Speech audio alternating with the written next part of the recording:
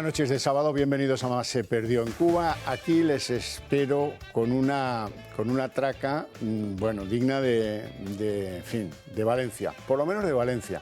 Traca a propósito de Marlaska. Marlaska está pues al filo del precipicio. Pero bueno, como tenemos aquí ilustres invitados que nos lo van a contar con enorme saber, vamos a escucharlos a ellos y luego si acaso me escuchan a mí, pero será después en todo caso. Les presento a nuestros invitados hoy aquí. Don José María Sánchez, muy buenas noches. Buenas noches. Don José María, ya saben que es doctor en Derecho, que es catedrático de universidad en España, que es juez en excedencia, que es abogado y que es diputado de Vox en el Parlamento español. ¿No? ¿Lo he dicho bien? ¿Me he olvidado algo? Sí. Muy bien, bueno. Sí, es diplomado en letras. Eso he leído de usted, que ya se le nota que no escribe como muchos del mundo jurídico, ¿no? En fin. Don Percival Manglano, muy buenas noches. Buenas noches. Don Percival es abogado, eso es el título que más le honra, sí, el de abogado. Porque se hizo abogado después de haber sido consejero de Economía Madre. Con 40, o sea, me colegié con 47 años. Ahí es la edad. Pero bueno, yo por ahora me estoy reponiendo del anuncio de Belarra quejándose de que el CIS está manipulado. Es tramposo. Han llegado a una conclusión tremenda. Madre mía, yo el todavía no me he señor repuesto. Manglano es diputado del Partido Popular en el Congreso de los Diputados. Así es. Sigo y es que no acabo. Don Miguel Ángel Ferrero, que es analista político, es abogado penalista y además ha sido político en las filas socialistas hasta no hace tantos años. Sí, muy buenas noches. Hace 3 años. 3 años. Bueno, 4 años. O sea que usted vio el fulgor y muerte de Pedro Sánchez. Pues sí. Y luego la vuelta a la vida de Pedro Sánchez y ahora, sí. mira, ahí está con el presidente chino dándole unas clases sobre geopolítica estupendas, de la que espero también tengamos oportunidad de hablar.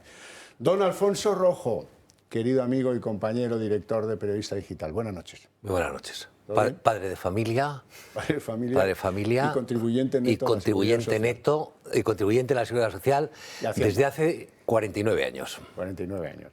Sin parar, ¿eh? Y pues, ni un solo día de bajada. O sea, que usted cuando recibe la carta aquella del Ministerio de Trabajo que dice días cotizados, le da un desmayo, ¿no? Bueno, a mí me da el primer, no he contado los años. Yo empecé a cotizar en el año 1976 como profesor de tenis en el cuartel de la montaña y no he parado. He cotizado de todo. Y no puedo cobrar la pensión porque soy el director ejecutivo y CEO de Periodista Digital, a pesar de mi avanzada edad. Estoy como Tamames casi. Bueno, vamos a lo que nos ocupa. Marlaska, que yo espero que hoy les quede todo muy claro. Sobre todo, una cosa que hace Marlaska, que es del lado del que yo creo que va a tener enormes problemas futuros. Marlaska, cuando el Supremo le desautoriza con enorme energía en una sentencia que tuvimos oportunidad de leer el pasado jueves, bueno, pues él se lo tomó como todas estas cosas. Se mira las uñas, hace así cuando está en el Congreso, como si no fuera con él la cosa, ¿no?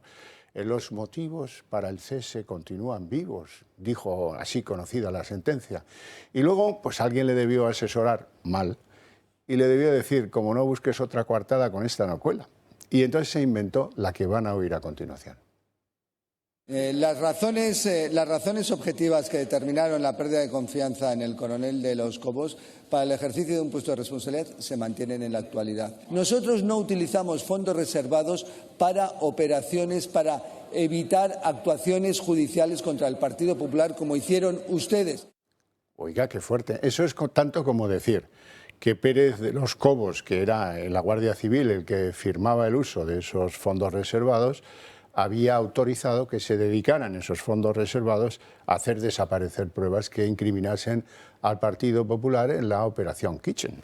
Eso es exactamente lo que dijo. Yo no sé si él era consciente o no, pero relacionar eso con los motivos objetivos, las causas objetivas del cese, es tanto como decir que Diego Pérez de Los Cobos, en alianza con algunos del Ministerio del Interior, cuando lo dirigía Jorge Fernández Díaz, utilizaba esos fondos para favorecer al Partido Popular. ¿Y ahí qué pasa? Pues lo evidente. En primer lugar, alguien tendría que hacerle un reproche al ministro del Interior y decirle, oiga, de eso que usted habla han pasado 5 años. De lo del cese del coronel han pasado 3. Y usted no ha sido capaz de llevar esto a los tribunales, porque si de verdad tiene pruebas de que se utilizaron esos fondos indebidamente a arreglar problemitas que pudiera tener o no el Partido Popular, eso usted como ministro del Interior tendría que haberlo llevado a los tribunales. Bueno, y luego está la otra parte. Lógicamente, el coronel Diego Pérez de los Cobos se está pensando una querella contra el ministro porque le ha metido en un fangal en el que, por cierto, el coronel ya fue a declarar a los tribunales y ya dijo en la Audiencia Nacional que él no tenía nada que ver con ese manejo de fondos reservados. Ahí está la trinchera. Luego iremos de lo más actual a lo más antiguo en todo este tinglao que se ha formulado en el Ministerio del Interior a propósito de esa soberbia que tiene el ministro y de esa maldad pues un poco característica de atribuirlo todo a la pérdida de confianza, de no quererla ni justificar porque se siente por encima de todo. Y por eso nos hemos reído tanto cuando el Tribunal Supremo, en 26 folios de sentencia, le ha dado así la carita, tin, tan, tin, tan.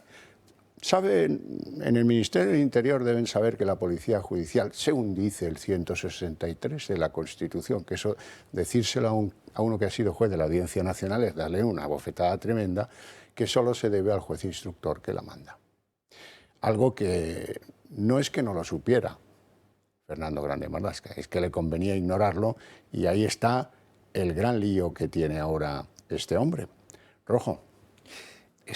No voy a decir que Marlaska está más quemado que la cafetera del Virginiano, porque mucha gente no se acuerda, de cómo empezaba el Virginiano. Sí, sí. El Virginiano empezaba, ¿os acordáis?, una fogata y llegaba y ponía, el Virginiano ponía la cafetera aquella, y lo veíamos por las tardes, y ni lo tempore. Vamos a ver, muy breve, a mí la reacción de Marlaska me ha sorprendido, no por lo perversa o retorcida o atormentada que sea, sino porque es más propia de un zopenco como Pachi López o de una mema como Pam Rodríguez que alguien como Marlaska, que puede haber cambiado y que ha cambiado enormemente, que se ha adaptado al paisaje enormemente para seguir en el cargo, que se mira las uñas como en las películas de la mafia, pero que tiene formación. Es decir, la primera respuesta es que tiene formación, es decir, eso es indiscutible, ha sido un magistrado alabado por tirios y troyanos y ensalzado por la derecha y casi por la izquierda, ¿no? Entonces, a mí en ese sentido, pero están por encima del bien y del mal. Yo creo que Marlaska va a estar hasta el final. Yo cuando se produjo este pequeño cambio de remodelación del gabinete, dije, hombre, yo entiendo que no pueda quitar Pedro Sánchez a Pam, a Irene, a Yone Belarra, la del CIS, sí, a toda esta gente, porque hay un reparto ahí de poder y él él solo puede tragar. Pero a Marlaska lo podía haber quitado. Pero a Marlaska no lo van a quitar nunca y Marlaska irá hasta el final con Pedro Sánchez. Mi miedo es que vuelva al Poder Judicial y empiece a impartir injusticia, porque no se me ocurre otra cosa que puede impartir ya como juez, porque va a volver, bueno, le van a dar un puesto. Vamos a ver cómo reacciona en la sesión de control al gobierno esta semana, cómo se mira las uñas, parecía una película del Padrino, y cómo mafioso, le atizan con todo derecho, porque lo que ha salido de ese ministerio para con el coronel en una causa que afectaba frontalmente al gobierno, que había tomado el delegado del Gobierno de Madrid, el de apellido Franco, había tomado medidas dentro de la delegación del Gobierno, mascarilla, guantes, tal cual, no sé qué, aquí no entra nadie, tal cual, y que permitía la famosa manifestación del 8M, la famosa manifestación donde se contagiaron de COVID, pues por ejemplo, Carmen Calvo. Vamos a ver esa sesión y fíjense en el detalle de las uñas. El debate se aviva. Un ministro reprobado, arbitrario, condenado. Grande Marlaska se niega a dimitir. Debería estar dimitido y después sentado en una comisión de investigación. Lo primero no lo vamos a ver.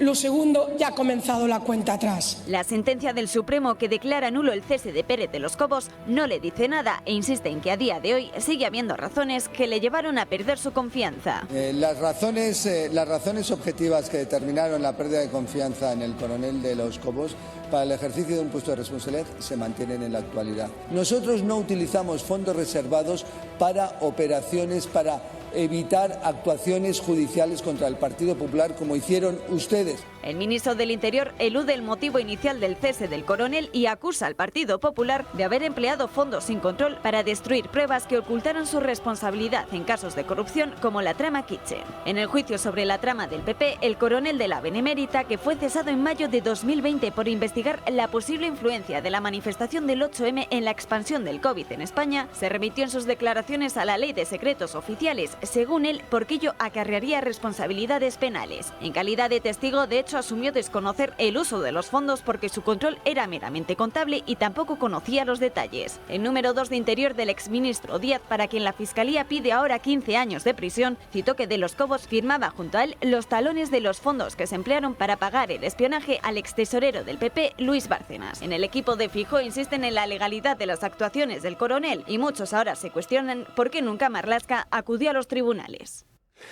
Miguel Ángel Ferrero. Muy buenas noches. Mira, a mí me ha sorprendido, lo primero, la soledad en la que estaba el ministro del Interior en el hemiciclo. Eso es sorprendente porque normalmente los que estamos acostumbrados a ver solas son a dos ministras, normalmente de Podemos, y los demás normalmente se encuentran arropados. Esa es una sorpresa, eso ya también nos está diciendo algunas cosas en cuanto a la escenificación. En cuanto a la parte de la vulneración de derechos y la vulneración de la norma que ha hecho el ministro Marlaska, yo creo que a él no se le ha escapado.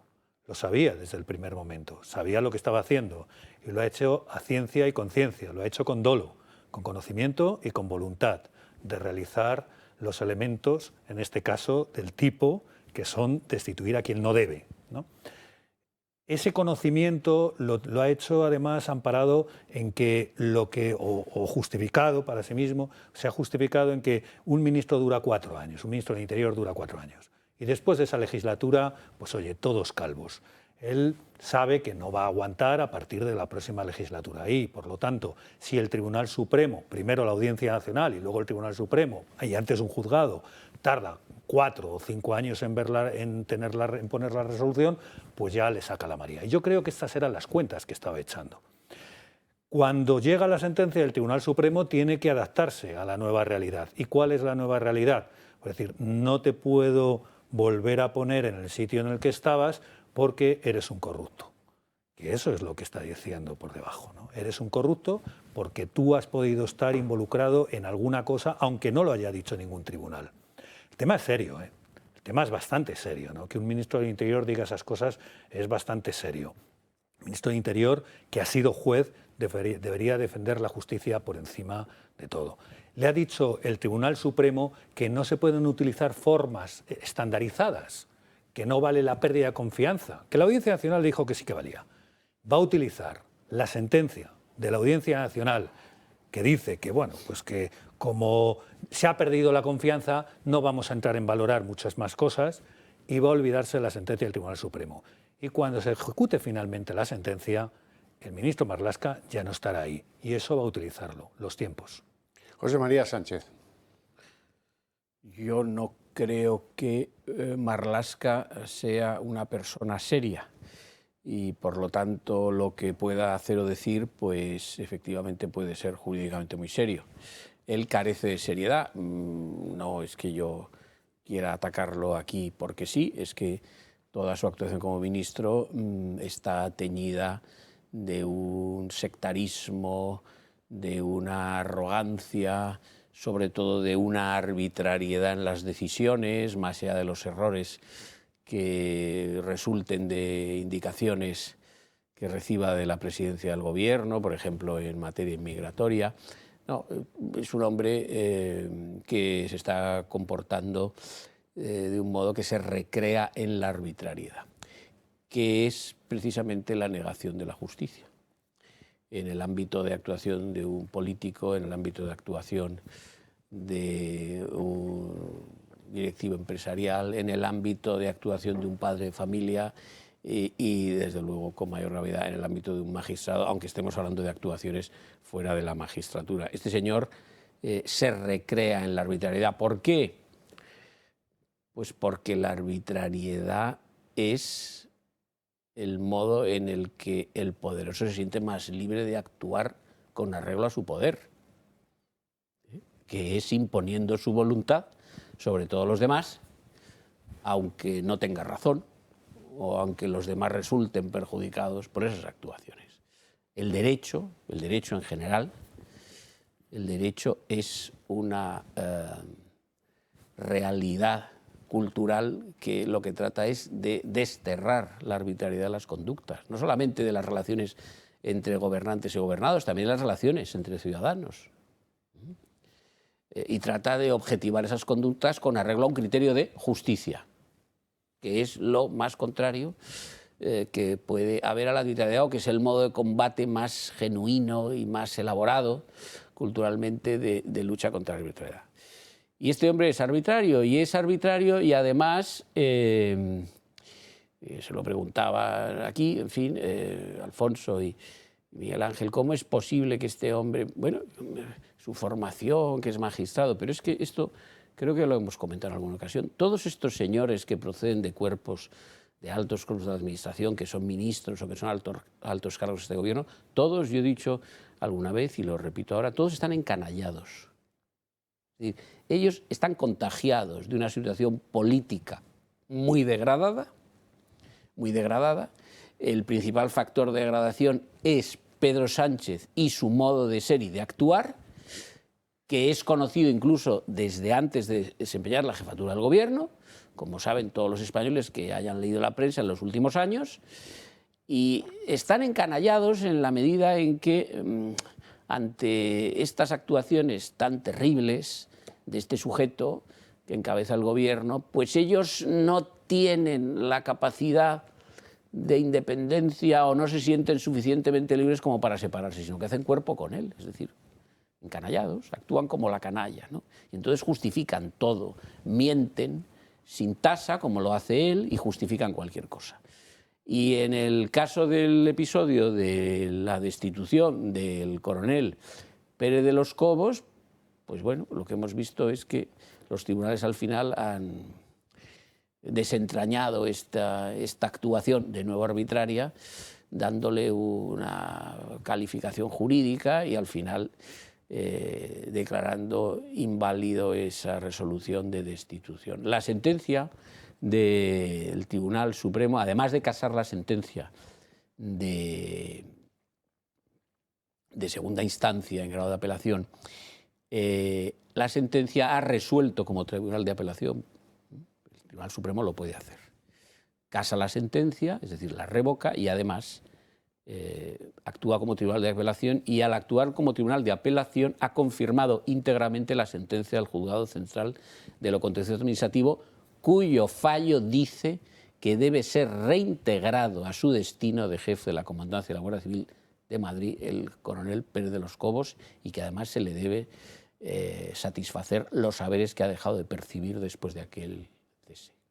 De modo que no deja mucho margen a lo que este sujeto, hoy ministro, ha empezado a decir por ahí de que, bueno, que está viendo a ver cómo evita la ejecución de la sentencia. La sentencia solo admite una ejecución, porque como está confirmada íntegramente el fallo de primera instancia, pues tendría que ejecutar. Ahora iremos a eso. Manglar. Pues, hablando de la sentencia, una cosa que me llama a mí la atención tras haberla leído es lo basada que está en jurisprudencia. Es decir, y para decirlo de una forma, digamos, informal, el Tribunal Supremo en su sentencia dice: decimos ahora lo que siempre hemos dicho en relación con los ceses de las personas que tienen puestos de confianza.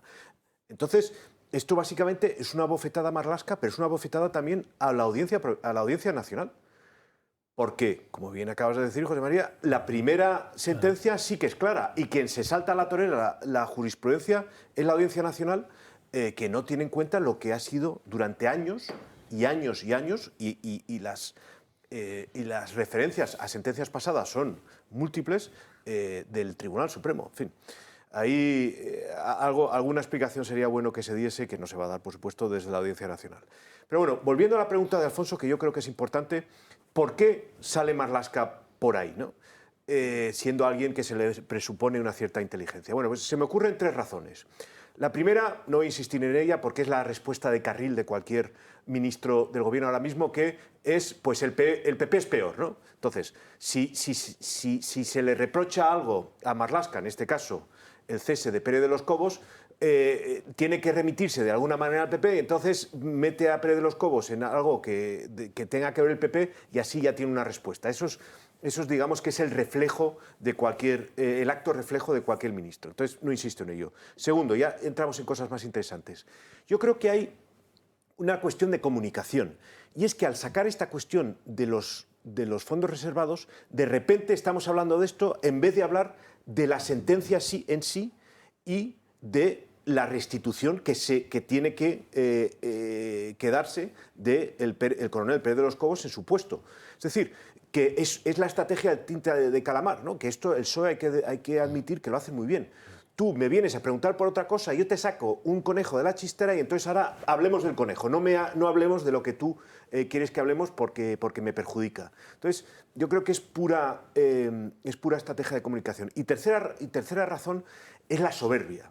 Es la soberbia de quien no quiere restituir a Pérez de los Cobos porque no, porque él decide que no.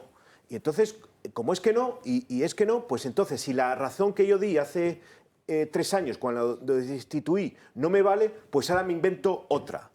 Que es exactamente lo que ha pasado y lo que demuestra también lo de la tinta al calamar. La sentencia del Tribunal Supremo dice que la razón que diste en su momento para cesar a Pérez de los Cobos no es válida. Ahora que me vengas con otra razón es que es absolutamente irrelevante, además de calumnioso. Pero es irrelevante. La cuestión es que le tienes que restituir. Y entonces lo que está dando a entender es que no le voy a restituir porque no quiero restituirle porque soy un soberbio. Bueno, saltando por alto que su obligación era que si conoció de esa conducta, la tendría que haber llevado él a los tribunales de justicia. Pausa de publicidad, volvemos enseguida.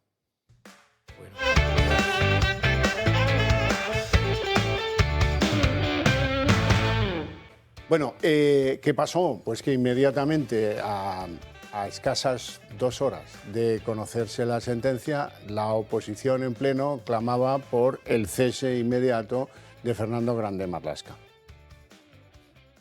La destitución política por parte del presidente del Gobierno del ministro del Interior, porque las destituciones políticas que son declaradas ilegales tienen que tener respuestas políticas. Desde el Grupo Parlamentario Vox solicitamos no solo la reprobación del ministro, sino su cese y su destitución inmediata. Y si no dimite, el señor Sánchez debería desde luego cesarlo por su absoluta negligencia y arbitrariedad. José María Sánchez. Sí, yo reitero, y estoy conforme con lo que ha dicho Percival, reitero que este hombre actúa como la canalla, es decir, como gente ruin, miserable y o despreciable. Ha actuado durante el procedimiento, cuando lo destituyó el secretario de Estado al coronel Pérez de los Cobos, y cuando esto se ha resuelto judicialmente, vuelve a actuar de modo propio de la canalla. ¿Y cómo lo hace? Pues ahora, en lugar de proceder a lo único que hubiera permitido, no digo salvar, no ensuciar más su ya, maltrecho honor, si se puede hablar de la existencia de esto en este sujeto, pues debería haber dimitido.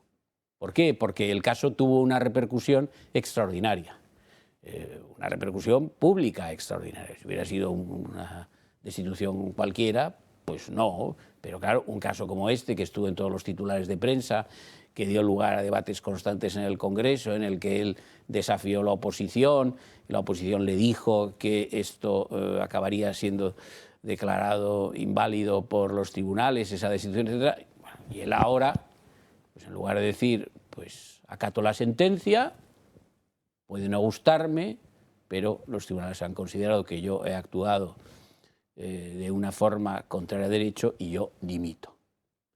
¿Por qué no dimite? Esto es en lo único en lo que no digo que no estoy de acuerdo con lo que dices, Percival. Simplemente digo que yo no lo sé por qué no dimite. Porque se queda sin puesto. Bueno, vamos a ver. Marlaska es ministro del Interior, ¿eh? Pero se queda sin... Pero, perdona un momento. ¿Sabes el gusto que te tiene que dar que te hagan los generales de la Guardia Civil? Perdóname, grande, Oye, sí. a sus órdenes. Sí, Grande Marlaska. 4 de las ruedas de venga, hombre. Bueno, él está... El coche. Grande Marlaska está... el botón. Siendo ministro del Interior tiene mucha información. Eso sí. Que no tiene ningún otro ministro del Gobierno. Y esa información, pues, pudiéramos pensar, acaso con suspicacia... Eso no es porque no dimites, porque no lo cesan. Sí. Bueno, me da igual. Lo obliga. El cese puede ser por destitución ¿O por qué no o lo se puede destituyen? cesar por dimisión. No, ¿por qué no lo destituyen? Bueno, esto no lo sé. Es así, Pero eso sí yo no responde a la pregunta pero de yo no lo sé, ¿por qué pero no lo destituye yo lo que me estoy preguntando Sánchez? es si verdaderamente él se siente fuerte en ese gabinete por razones ajenas a las que, con la información de la que disponemos, o al menos de la que dispongo yo, puede ser razonable que se sienta fuerte, porque no hay ninguna razón para que se sienta fuerte. Todas son para que se sienta débil. Lo cual, alguna razón habrá. Y otra razón puede ser que el presidente del Gobierno, más allá de esto de la información que él pueda tener, por algunos motivos que nosotros no conocemos, le pida que continúe en ese cargo, pero, insisto, por razones todas ellas que yo calificaría o que creo que estarían incluidas en lo no confesable. O sea, el mundo oscuro. Claro, lo que no se puede dar a conocer. Yo no lo sé todo esto, Hombre, pero hay alguna una... explicación hay que buscar para que un ministro con tanta erosión no haya caído en esta crisis y no cayera en la anterior. A mí se me ocurren 2 razones más, además de la que acabas de sugerir muy abiertamente, de que es qué sabe Marlaska para que, en fin, se le mantenga, pero hay 2 más. Una es muy evidente y es el precedente de un juez, en este caso secretario de Estado, no ministro, al que cooptaron desde el Gobierno, volvió a la audiencia y, en fin, y se arrepintió el PSOE durante toda su vida. Evidentemente estoy pensando en Garzón en su momento, en la época de Roldán y demás. En fin, es que la historia se repite. Ahora supongo que hablaremos de la directora de la Guardia Civil. Pero claro, para el PSOE, una vez que tienes a un juez dentro, expulsarlo de malas maneras es peligrosísimo. Es peligrosísimo. Y encima, combinado con toda la información que dices con toda la razón, José María, que debe tener, pues mándalo a un juzgado ahora a que te vuelva a abrir investigaciones. Buf. Y lo último, y quizá esto tenga su importancia también, yo creo que a Sánchez le interesa tener ministros quemados, porque cuanto más se metan con los ministros, es lo que vas a decir, perdóname. Bueno, pues casi, si ya te veo el gesto, o sea, para un presidente estar rodeado de ministros quemados tiene sus ventajas, tiene sus ventajas. Un apunte brevísimo para terminar. Bueno, lo que ya permite concluir definitivamente que este sujeto actúa como la canalla es que en esta circunstancia ahora reaccione, además de decir que ya verá si ejecuta la sentencia o no, que diga ahora que o haya sugerido que Pérez de los Cobos pueda ser un personaje corrupto. Bueno, claro, esto ya no tiene nombre. O sea, es de una maldad y de una ruindad. En fin, yo no sé cómo calificarlo peor a este sujeto en su forma de actuar. Totalmente de acuerdo, José María. Pero añadiendo a lo que decía Percival, que yo creo, que van por ahí, es un análisis que yo creo que es bastante lógico. A cualquier presidente del Gobierno le interesa, pero es que hay algunos que les interesa todavía más, ¿no? El que haya ciertos ministros que tengan problemas y que no se hable de otras cosas, ¿no? Porque mientras que se está hablando de los demás, no se habla de uno mismo. Además, estamos a final de legislatura. Ya queda muy poco, con un poco que se aguante ya vale, ¿no? Y sobre todo, y lo más importante, para mí hay una clave que es muy importante. Todo pasa, todo queda, pero lo nuestro es pasar. Y eso es un emblema de este Gobierno. Todo pasa, oye, aguanta un poco, que dentro de un mes podemos volver otra vez a lo que es la bandera o lo que son los valores esenciales de la izquierda, que no tiene nada que ver con el reparto de la riqueza ni con esas cosas. No tiene, desde hace un lustro no tiene nada que ver con la socialdemocracia, sino con el ecofem-gen, ¿no? Ecofeminismo, de género, que son, pero son hechos probados, ¿eh? Con esto no quiero decir, es una crítica que yo hago desde hace muchos años, pero son hechos probados que esos son los nuevos valores que se imponen y podían haberse impuesto otros, porque el feminismo en la Segunda República, en fin, se votó en contra del voto, en fin, no nos vamos a extender, pero que no es un valor esencial de la izquierda y del Partido Socialista, y eso dentro de un mes saldrá otra vez a la luz, volveremos a sacar algo, alguna mujer, algún problema de género, algún problema que meta la pata pam y que diga cualquier barbaridad, o que la secretaria de Igualdad del Partido Socialista diga otra vez que ya no somos 1/3 de los hombres violadores, sino que pasamos a ser un 50% de los hombres, yo qué sé, cualquier barbaridad. Y entonces quedará esta batalla, quedará en otra cosa y no importará. Yo creo que por ahí van también los tiros. Bueno, por último... No, por favor. Yo creo que en este caso, que añadiendo a lo que decía José María, en este caso Marlaska le pasa como al Caraván Zancudo, ¿no? Consejos ha dado mientras que era juez a todo el mundo le decía lo que tenía que hacer, y ahora pues consejos para él ninguno, ¿no? Era un poco el final. Bueno, vamos a ver, objetivamente hablando, las razones, porque no solo es lo de Diego Pérez de los Cobos, sino las razones que debieran impulsar el cese de Fernando Grande Marlaska. Si Pedro Sánchez puede presumir de algo es precisamente de tener el gobierno con más polémicas a su alrededor de la historia de la democracia. Si antes la atención estaba centrada en Irene Montero y su polémica ley del solo sí es sí, luego en el Tito Berni y sus fiestas, ahora le toca el turno a Fernando Grande Marlaska. O debería, y es que el ministro del Interior es protagonista de varios casos polémicos. El último de ellos, y la gota que debería colmar el vaso, es el relacionado con el ex coronel Pérez de los Cobos. Y es que el Tribunal Supremo ha anulado este cese, desautorizando así al ministro y haciendo que estas palabras queden en vano. No voy a dimitir porque, como he dicho y repetiré, y luego en la interpelación con usted, no he cometido ninguna ilegalidad, ni yo ni mi equipo ha cometido ninguna ilegalidad. A esto hay que sumarle los acercamientos de Tarras a cárceles del País Vasco y Navarra, unos acercamientos de los que nadie más hablará. ¿Por qué? Porque Sánchez y Marlaska han acercado a todos los etarras, es decir, que ya no queda ni uno solo en cárceles de fuera del País Vasco. El llamado caso Cuarteles también ha salpicado al ministro, y es que parece que la corrupción siempre estará sobrevolando al PSOE. Sin embargo, y como ya nos tiene acostumbrados, el ministro prefiere echar balones fuera. A esto hay que sumarle además la destitución del coronel jefe de la comandancia de Melilla, tan solo 3 meses después de su nombramiento. Y es que Interior alegó falta de idoneidad para el puesto, un coronel que asumió el cargo meses después de la tragedia en la valla fronteriza con Marruecos. El 24 de junio de 2022, 23 inmigrantes ilegales murieron tras un intento fallido de saltar la valla de Melilla. Días después de esta tragedia, Marlaska aseguró que no hubo ningún muerto en territorio español. En un vídeo difundido días después se puede observar cómo los agentes inspeccionaron cuerpos inertes en el paso fronterizo. Sin embargo, y pese a todas estas polémicas, Marlaska continúa asegurando que... Vuelvo a decir que no es mi intención en modo alguno dimitir. Eso ha quedado claro, ministro. Eso es lo único que nos ha quedado claro. Pero el resentimiento que lleva encima debe ser un tormento moral, ético, profesional. Yo no sé, algo ahí en esa cabeza que no consigo distinguir. Pero siempre me acuerdo de las navajitas untadas en sangre, de las balas que nunca se supo, de decir que habían sido miembros de Vox los que habían arrojado un explosivo en una casa de Menas. ¿Qué quedó de aquello? El silencio. De decir que, bueno, lo del bulo del culo, ya lo saben ustedes, que se lanzó a la piscina sin agua, se dio tremendo talegazo, uno tras otro, tras otro, tras otro y tras otro. Ya está bien la cosa. ¿Cómo ven esto en la Guardia Civil? Agustín Leal es el portavoz de Jucil y hace un decálogo.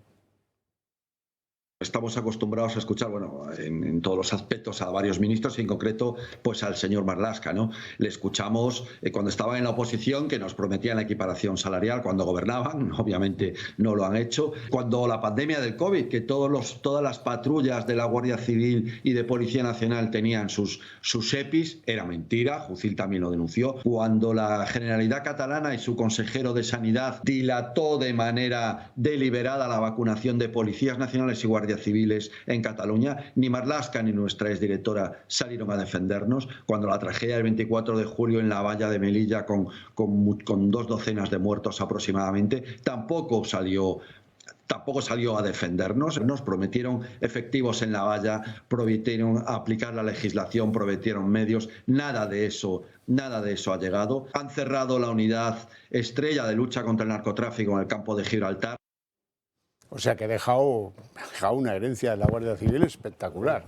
Y, en fin, y algunas cosas que se nos olvidan, ¿verdad? Tú tenías una. Sí, bueno, a mí me pareció extremadamente grave cuando un ministro del Interior en una manifestación justifica las acciones violentas de cualquiera. Las acciones violentas siempre hay que castigarlas y además hay que decirlo y no se puede uno quedar nada dentro. Y en este caso ha sido todo lo contrario, que como se era de una determinada zona política, o sea, tenían cierto tipo de ideales, te podían expulsar violentamente de la manifestación, creo que era la manifestación del Día del Orgullo. Amén de que a estos señores les tiraron adoquines y les fustigaron y les fueron a hacer un escrache y les fueron a incluso atentar contra su salud y contra sus vidas, y aquello pues tampoco mereció ningún tipo de investigación, más allá de que, bueno, pues que se ha hecho lo posible y ahí se queda, que lo han hecho unos de los nuestros, ¿no? Eso es terrible. Recuerdo un acto de campaña de Vox en Madrid, sí. y alguno de vosotros en Vallecas sí. llamó al ministro para decir, oye, que mira lo que nos está pasando, y nada, ¿no? No, yo estuve en el acto de Vallecas, sí, y bueno, pues allí evidentemente estaban preparados todos los opositores violentos al acto. Es cierto que esa plaza estaba tomada por la policía, pero ellos actuaron como quisieron, lanzando piedras y otros objetos, pero piedras que si hubieran golpeado a alguien lo podían haber matado.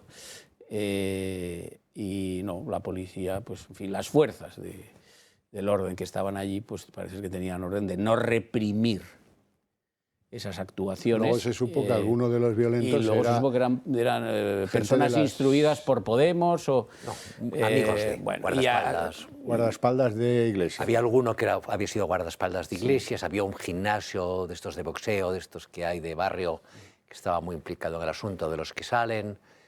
Hubo instrucciones directas de Podemos, es decir, mandó a la gente, tú lees las líneas, los hilos de Twitter y este tipo de cosas, pero bueno, las cosas son así. Es decir, en el primer caso los expulsados eran de Ciudadanos. A los que sacan en carrera del orgullo gay no eran de Vox. Del orgullo gay quien salió corriendo fue Ciudadanos. Pero, bueno, volviendo al tema central de lo que es la sentencia del Tribunal Supremo por unanimidad, hay que recordar cómo era de importante esto de la investigación de la 8M. Estaba imputado el delegado del Gobierno, el apellidado Franco. En aquel momento esto era clave porque se trataba de que hubo un fiscal en el Supremo que se cargó 50 y tantas iniciativas de un plumazo que afectaban a Illa, afectaban a Iglesias, afectaban al presidente del Gobierno, y quedaba esto en un juzgado por si se habían, digamos, tomado negligentemente las medidas para que no se hubiera celebrado esa manifestación. Esto era clave porque ahí había un intento político de que eso se tenía que celebrar por mucho virus que hubiera, y desde luego pues una condena en ese sentido hubiera sido un desastre para el Gobierno. ¿Qué pasó? Pues que entonces ahí Interior dijo, no te preocupes, que se cuadre el general ese que dicen que manda en la Comandancia de Madrid y que me traigan los informes que luego supimos que esos informes concluyen en que esa manifestación, con lo que se conocía en ese momento, no debió haber sido autorizada. Bueno, pues se autorizó y entonces se trataba a partir de ahí de machucar la causa en el juzgado madrileño de la señora Carmen Rodríguez, ¿verdad? Porque dependía de ello un reprochito a Pedro Sánchez. Tampoco era para morirse lo que iba a salir de ese juzgado, ¿no? Y ahí es donde se suscita ese escenario en el que el ilustre soberbio Fernando Grande Marlaska dice, pues no, ese tío, el del tricornio ese, que no salga más en la foto. Fuera y se acabó, ¿no? Y lo chafa como si fuera... Pues, ¿tú sabes por qué se hace eso? Es un poco eso, porque puede. Que es un tema importante. Porque decir. yo lo valgo. No, porque puede. Es decir, y lo hemos visto, acabamos de ver una escena, en mi opinión, asombrosa, que es 4 generales con entorchados de la Guardia Civil arropando a una persona que puede estar inmersa, incursa, no sé cómo se dice, en un proceso de corrupción importante, por lo menos colateralmente. Entonces, él dice que me lo traiga el general de la Guardia Civil porque en España habitualmente, pues si lo dices, te lo traen. Yo hay un tema internacional que me tiene un poco, no excitado, pero extrañado. Si tú fijas Israel y los noticieros, o donde sea, ves que hay grandes manifestaciones contra Netanyahu, el primer ministro, porque intenta que el Ejecutivo tenga más poder en el judicial, sobre todo en lo relativo al nombramiento de jueces. ¿Os suena esto? Mucho. Pues aquí... Y las calles lo han hecho retroceder. Bueno, hasta el ministro de Defensa se ha ido, hay manifestaciones. Aquí Pedro Sánchez ha alardeado de que el fiscal general del Estado es un pelele a su servicio. Lo ha alardeado por televisión, no ha utilizado esas palabras, y colocó inmediatamente a su ministra, que estaba en relación afectiva muy próxima, con Baltasar Garzón, que había salido por prevaricación de la carrera. Teníamos todos... Importa un comino. Importa un comino. Aquí han empotrado a Conde Pumpido en el Tribunal Constitucional. Y yo no veo la televisión generalista esta, pero creo que en los noticieros de televisión española este Netanyahu es Satán, el infierno. Lo mismo que aquí. Por cierto, y aquí no pasa nada, ¿eh? Te referías a esa imagen, ¿no? Sí, a mí me parece. Sí, decías... a mí lo de los generales, mira que en España está la Virgen del Carmen, el Pilar y la Guardia Civil. Ya no te queda casi nada más. Macho, ver a estos, pero bueno, los generales no saben que puedes decir no. No, en este caso yo no digo que les... Es una orden, yo creo que evidentemente están ahí porque les han ordenado que estén ahí. Oye, que digan que no. No lo tengo tan claro. Vamos, que digan que no. El economato no compensa. El economato no compensa. Te digo que no lo tengo tan claro. El economato no compensa, los que vivimos, Alfonso y yo vivimos con enorme intensidad los momentos brillantes de la condena de Luis Roldán. Y ahí fue condenado algún general de la Guardia Civil. También. Quiero decir que el PSOE tiene una habilidad especial para corromper a la Guardia Civil. No sé por qué, pero son pues, como los polos opuestos o los polos no sé qué, que en este caso se atraen. Pasó entonces y parece que por lo que se está instruyendo en el caso del Tito Berni, algo debe haber, porque el único que está en la cárcel es un general de la Guardia Civil que se apellida... No, pero estos, aunque les den la orden... Hay imputado otro y hay imputado... Oye, pero aunque te den la orden, es decir, ponte enfermo. Efectivamente. Oye, me ha dado de repente un apretón y me quedo en la mitad del camino. De hecho, son 5 y uno no estaba. Oye, claro. Xavier, solamente una cosa que hemos comentado, no sé si en algún momento... a mí me llamó poderosamente la atención el déficit democrático español en comparación con otros países. ¿Habéis visto ese vídeo que se ha hecho muy viral en Internet, que aparece esta foto que acabamos de ver ahora mismo y abajo aparece es un vídeo, ¿no?, que le están diciendo el jefe del Estado Mayor de Australia, que le está diciendo al ministro, es usted más que bienvenido, como dicen traducido del inglés, dice, es usted más que bienvenido, si no le importa voy a retirar a los 4 uniformados que están detrás de usted, porque usted está empezando a hablar de política. Y los 4 claro, se van encantados. Y se van encantados, y le dan la mano. Gracias, señor jefe del Estado Mayor, ¿no?, le dicen los uniformados. Lo estábamos pasando mal. Lo estábamos pasando mal, pero sí es normal, claro, porque es que él está hablando de cosas de un gobierno y los otros están representando al Estado. El no diferenciar estas cosas, y en este país no diferenciamos... Este es el ministro que está hablando, el del gorro colonial, digamos, es el jefe de Estado Mayor. Le dice, mire, pare usted un momento, porque es que al hablar usted de política, ¿verdad?, esto ya no se termina de comprender. Así es que el resto, firmes, venga, retirada. Y ahí se van y luego, con una sonrisa, con una sonrisa y dándole apretones al jefe de Estado Mayor de la que nos has librado. Qué bien, sí. Menos mal.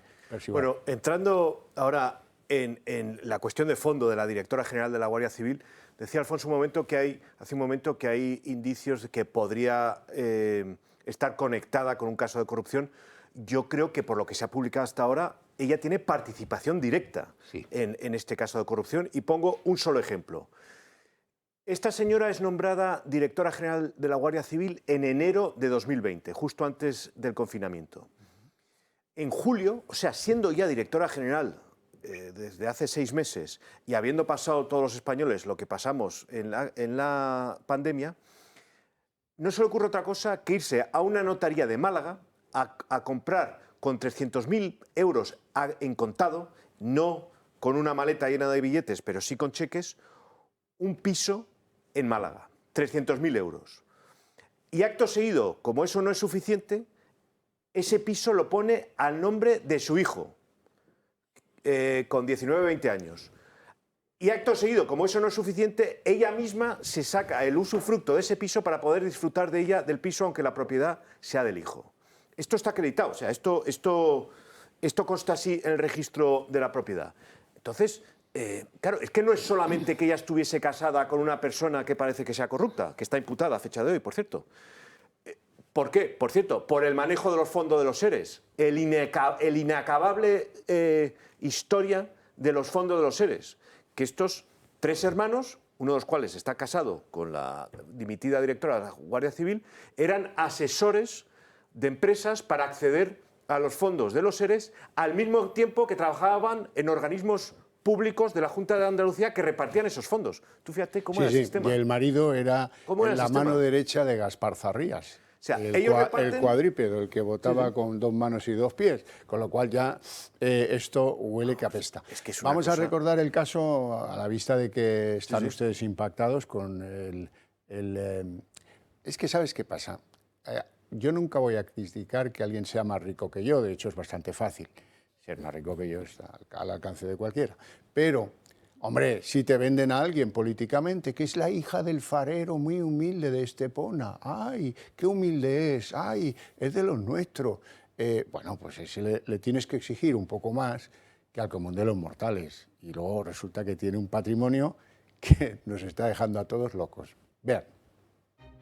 El matrimonio de María Gámez sigue en el ojo del huracán. Según el debate, el marido de la exdirectora de la Guardia Civil compró otros 2 pisos más en Málaga y en Madrid, valorados en 1,2 millones de euros. Una compra que el marido de Gámez hizo después de recibir grandes ingresos de empresas subvencionadas por la Junta de Andalucía. Caso relacionado con los ERE de Andalucía por el que está siendo investigado. En 2009, año en el que comenzó a recibir esas subvenciones por parte de la agencia IDEA, el marido de Gámez adquirió un piso valorado en 400.000 euros en Madrid, época, por cierto, en la que el país estaba viviendo una de sus peores crisis económicas. Posteriormente, en 2019, adquirió otro inmueble en Málaga, valorado esta vez en unos 800.000 euros. Y todo esto después de recibir 2,6 millones de euros a través de la empresa Job Management Liberty que investiga la causa. Estas 2 viviendas se suman al ático de 1 millón de euros que se encuentra en primera línea de una playa de Málaga y que compró María Gámez junto a su marido. Pero ojo, porque Gámez se hizo en 2020 con otro piso en Málaga por valor de 3,1 millones de euros. Cabe destacar que en esa época Gámez llevaba 6 meses al frente de la dirección de la Guardia Civil y coincide además en el tiempo con los ingresos de millones de euros de su esposo. Unas coincidencias demasiado evidentes que ha dejado entrever la portavoz de Interior del Grupo Popular en el Congreso. 2 pisos más supuestamente pagados con fondos de los ERE. Casualmente, los 4 pisos de la directora de la Guardia Civil suman 2,5 millones, la misma cantidad que anda buscando la juez de los ERE. Desde la policía continúan investigando el caso de los hermanos Martínez, aunque todo apunta a que desde la empresa IDEA realizaron transferencias bancarias a ellos mismos. Esto pinta bastante mal, lo digo porque, claro, vamos viendo que la Guardia Civil sigue contratando drones con empresas del grupo del Tito Berni, del club del Tito Berni, club de alterne, de fandango y también de negocio.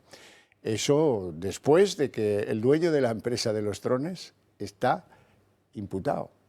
Se sabe, ha pasado un tiempo entre rejas, con carácter provisional, claro está, pero ahí se siguen haciendo contratos. Luego está el tema de las obras en los contratos y de cómo la directora de la Guardia Civil demoró el nombramiento de un peritaje para ir a ver si lo que se había pagado a algunas compañías Tito Berni para reparar cuarteles de la Guardia Civil se había llevado a cabo o no, y si el precio era correcto, ¿no? Para justificarlo. Esto con anterioridad que se empezara a investigar lo del Tito Berni en los tribunales canarios. Bueno, pues claro, el aroma es, como decía Eligio Hernández, uno que fue fiscal general del Estado y le llevaron las andanzas de Pujol y dijo, aquí hay aromas de corrupción, pero como me han dicho que mire para otro lado, voy a mirar para otro lado y ya está. Así se han sustanciado. Y a todo esto, Marlaska la sigue defendiendo. Es que el miércoles... La mejor desde el Duque de Almada. El discurso que da Marlaska cuando dimite Gámez es que ha sido la mejor directora general de la historia de la Guardia Civil. ¡Hala, Duque de Almada, revuélvete en la tumba! En la tumba. Pero es que al cabo de 2 semanas, cuando siguen apareciendo noticias sobre las andancias inmobiliarias, como bien dijo Ana Vázquez en el Congreso, lo que tendrían que haberla nombrado es directora general de vivienda, no de la Guardia Civil, que lo que tiene aptitud es en la vivienda. Desde luego, en el mundo inmobiliario, los Martínez y la Gámez son unos cracks. Unas. Pausa para unos minutos de publicidad, volvemos enseguida.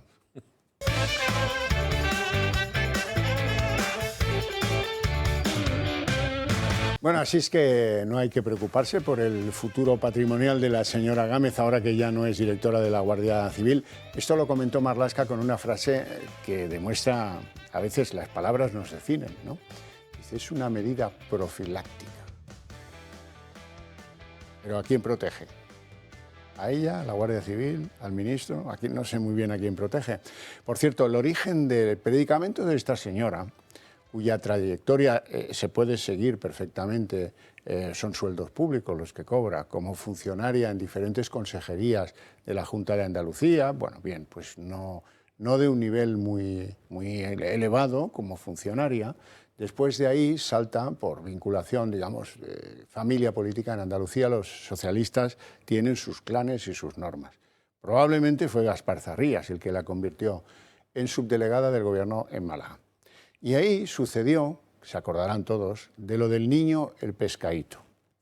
Cuando sucede lo del niño de Pescaíto, demarcación Málaga, la Guardia Civil debe enviar alguna nota interna de felicitación por el buen hacer de la subdelegada, que les dejó todo tipo de hacer todas las prácticas que sugería la Guardia Civil, en fin, se puso a su servicio y les gustó, el trato recibido les gustó y tuvo una felicitación. Cuando a Sánchez se le ocurre, pues entonces deciden convertirla en directora general de la Guardia Civil y todos contentos. Bueno, de Gaspar Zarrías, el que más se acuerda aquí, sin duda, es don Miguel Ángel Ferrero.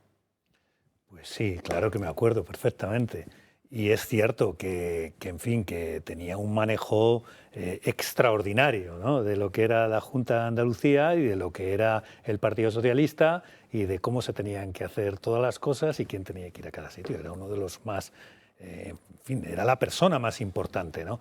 Yo recuerdo que además Gaspar Zarrías no solamente estuvo en la Junta de Andalucía, salió de la Junta de Andalucía y vino a Madrid en un cargo que en ese momento eran de los más importantes que existían en el Partido Socialista, porque era la municipalidad, era el responsable de municipios y desde ahí pues siguió dominando todo el cotarro. Todo el cotarro, sí. Sí, sí. Bueno, de la directora, ¿algo más? Déjeme hablar de su sustituta un momento, porque es que Hombre, la conozco. Marisa González. Mercedes. Es la delegada del Gobierno en Madrid y por distintas razones la conozco y entonces, en fin, les voy a compartir una anécdota que creo que tiene cierta gracia. Mercedes González, hasta hace 2 semanas, delegada del Gobierno de Madrid, cuando dimite Gámez, es ascendida a directora general de la Guardia Civil. Bueno, esta señora fue concejal en el Ayuntamiento de Madrid en la época en que yo también fui concejal. Y en el trato corto, la verdad es que tiene gracia, tiene sentido del humor y vamos, te puedes hablar bien con ella. Pero durante un pleno del Ayuntamiento de Madrid estaba yo recordando la famosa foto de los socialistas que van a despedir a Vera y a Barrio Nuevo cuando estos dos entran en la cárcel de Guadalajara, creo que es en 1998. Y entonces, no me acuerdo de qué era el debate, pero bueno, que decía, bueno, si ustedes tanto critican a los corruptos o a, en fin, a los delincuentes, ¿qué hacía el PSOE apoyando a estos dos que estaban entrando en la cárcel? Y hete aquí que Mercedes dice, yo también fui a apoyarles.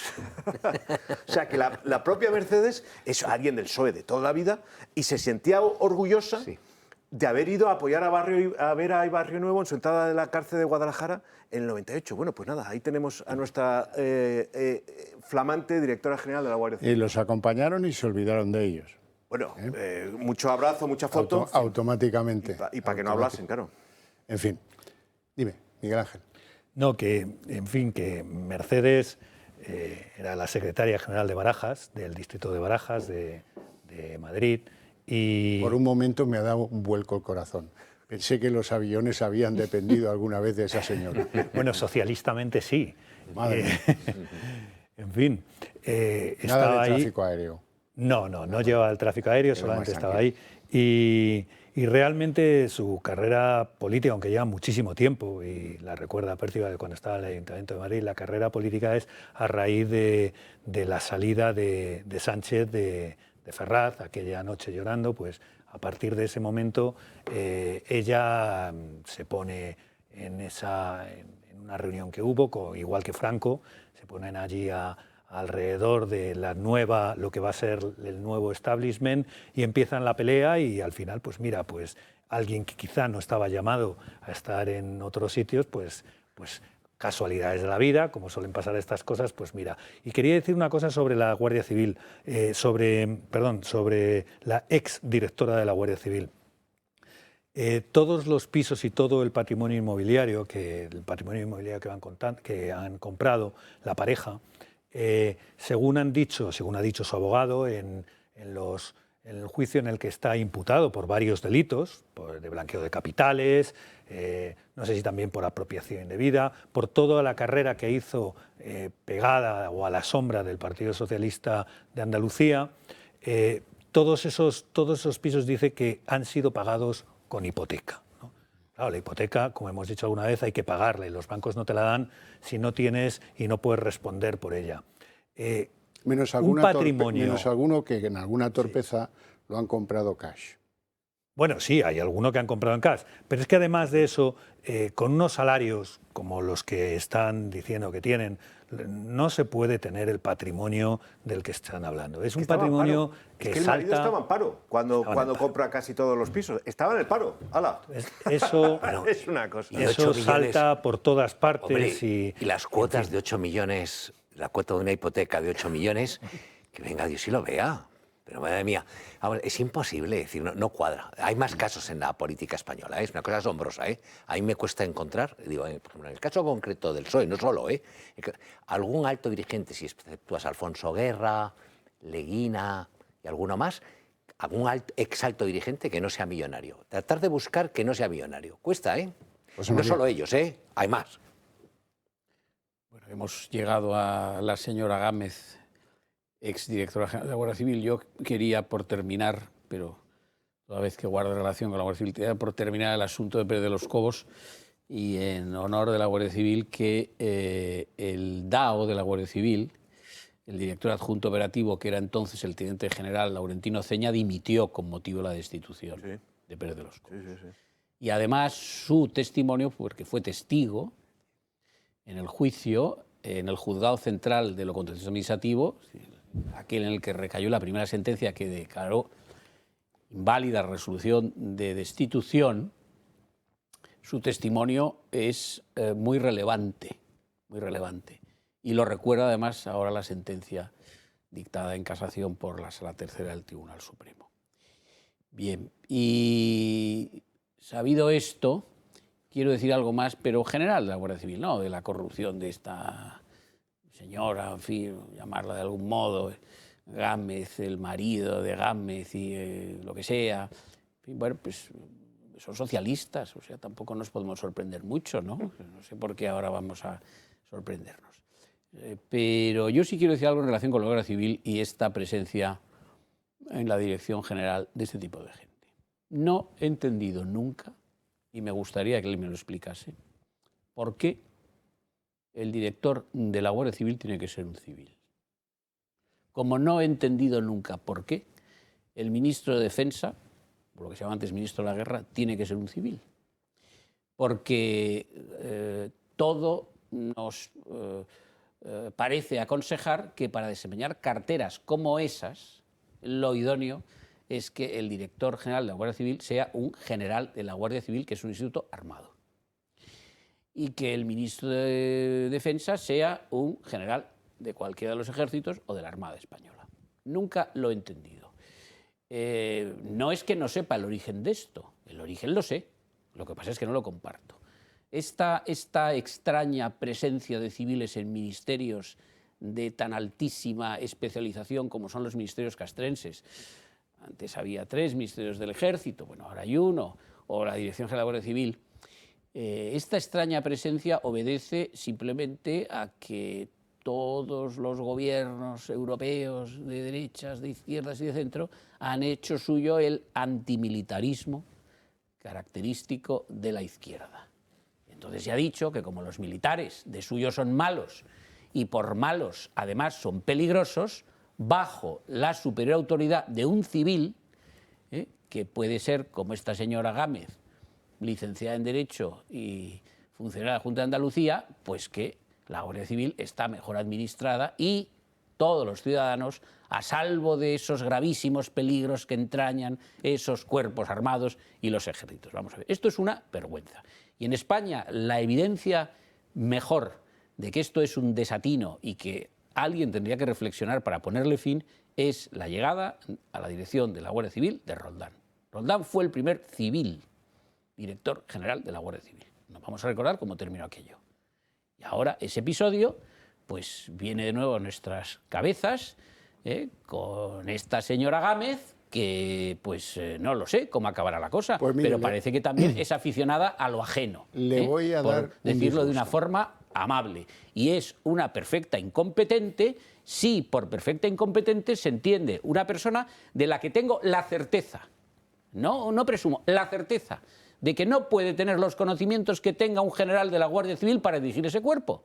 Nada más. Y esto, quien me lo niegue, está cayendo o en la estupidez o de nuevo en ese antimilitarismo ya pasado de moda que alguna vez tendríamos que revisar.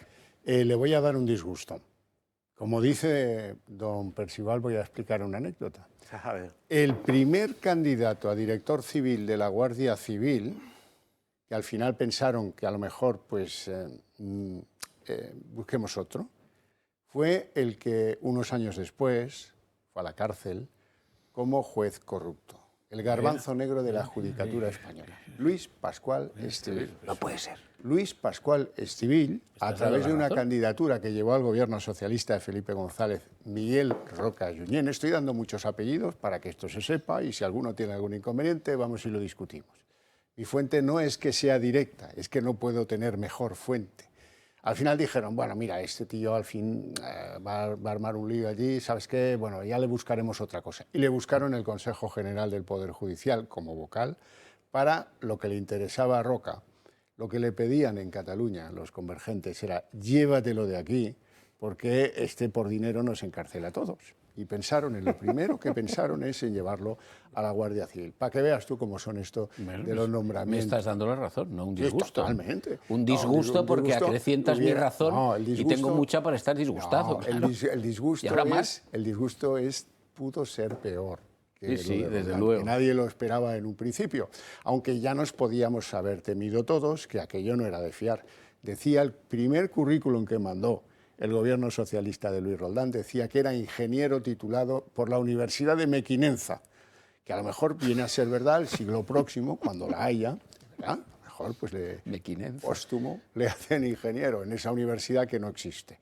Bueno, atendiendo peticiones a mi amigo Manglano, vamos a ver lo que han llegado a descubrir en Unidas Podemos, que lo de Tezanos del CIS hace trampa y están que trinan. De ser cierto que el CIS manipuló los datos de marzo de UP, o sea, Unidas Podemos, para contarle a todo el mundo nuestra bajada por la ley del solo sí es sí, estamos aún ante una situación gravísima y sin precedentes en una institución pública clave. Bueno, aquí se están riendo los cuatro. Yo no puedo reírme porque si no, no me salen las palabras. Ja, ja, ja, ja. Qué bueno es, ¿eh? Hay que ver cómo escuece la situación medicina gravísima propia. Y sin precedentes. La que dice que la ley del sí es sí tampoco es para tanto y que es una gran ley. Y lo que es una situación gravísima y sin precedentes es lo que lleva haciendo Tezanos desde que llegó al gobierno, que es manipular las encuestas. En fin. Claro, si por grave entendemos ordinario, no ordinario, pues, claro, es que estamos hablando de algo ordinario y sin precedentes, hombre. Esa sutileza no le es propia a Belarra. No creo que sea por eso. Bueno, vamos con un tema, uno de los pocos temas que no está estabulado por la política. Hay que agradecérselo a Ana García Obregón, ha sido lo de la gestación subrogada. Esto ha venido a demostrar que pues, en esta sociedad nuestra, gente que se dedica a pensar en las cosas que no nos afectan muy directamente, tampoco son muchos. Desde luego, en la política ninguno. Les ha pillado esto con el paso cambiado a todos. Es normal, probablemente sea normal. Ahora ya empieza a ser un poco distinto, ya llevamos algunos días de cierta reflexión a propósito de esto, pero desde luego a los políticos, paso cambiado, con dos sorprendentes cambios de posición. El del Partido Socialista y el del Partido Popular.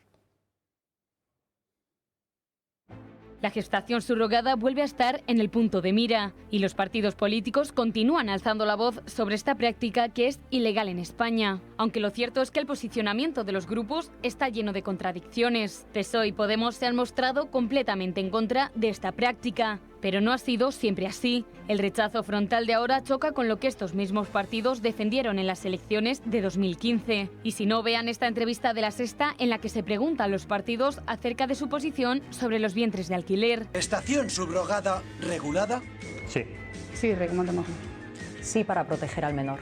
Sí, pero tenemos que estudiar cómo. Como ven, tanto el PSOE como Podemos apoyaban regular esta práctica de la que ahora se retractan tras la exclusiva de Ana Obregón. Pero no son los únicos. El PP, por ejemplo, ha votado en contra de esta norma cuando se ha llevado al Congreso. Sin embargo, en el vídeo de 2015, Andrea Levy sí se muestra a favor de regularla. Y ahora Génova vuelve a abrirse algún tipo de regulación. Que es un debate que está encima de la mesa y que creemos que debemos ordenarlo, porque por una parte esto es ilegal hacerlo en España, pero hay españoles que lo están haciendo en otros países. El gobierno, por su parte, ha aprovechado para cargar contra el líder del PP. Bueno, yo no creo que el señor Feijóo haya cambiado de criterio, porque para eso debería tener criterio sobre algo. Es que como no sabe nada sobre nada, pues puede decir una cosa y la contraria. Y quien tampoco ha querido quedarse fuera de esta polémica ha sido Gabriel Rufián. No se debe mercantilizar al ser humano. Pero el debate continúa. El Colegio de Médicos avala los vientres de alquiler e incluye un nuevo punto en su nuevo código deontológico. Los médicos matizan que están de acuerdo con la gestación subrogada siempre que sea de forma altruista. Pero lo que está claro es que los dos grandes partidos han dedicado muy poco tiempo a reflexionar sobre los vientres de alquiler, ya que ha sido necesario el caso de Ana Obregón para que definan sus posturas. No, algunas puntualizaciones. En los últimos 10 años, 2.870 criaturas han pasado por este trámite de la gestación subrogada, muchos en Ucrania, algunos en Rusia, muchos en Estados Unidos, en fin, en diferentes lugares.